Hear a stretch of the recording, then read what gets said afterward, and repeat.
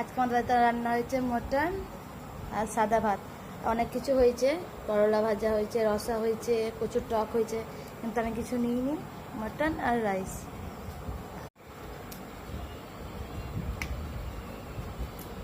তার সঙ্গে বড় বড় আলু আর এই চর্বি। আপনারা কি ভালোবাসেন আমার মতন চর্বি খেতে? তো কমেন্টে জানাবেন। আমি কিন্তু চর্বি খেতে ভালোবাসি, তার সঙ্গে মটনও খাওয়া। সাদা ভাত, একটা ঝোল, তার সঙ্গে আলু আর অল্প একটু মটন। মটনটা কত নরম হয়েছে, হাতেই ছেড়ে যাচ্ছে।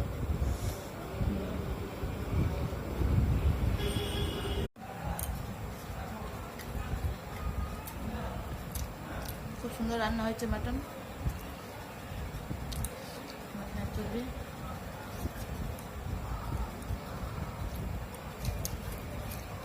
ভালো লাগলে লাইক কমেন্ট শেয়ার করিয়েন। বাই বাই, নেক্সট ভিডিওতে দেখা হবে। তখন এই মাটনটা খাই ভালো করে, রসিয়ে রসিয়ে, বসে বসে বসে রান্না হয়েছে, তার সঙ্গে খাওয়াটা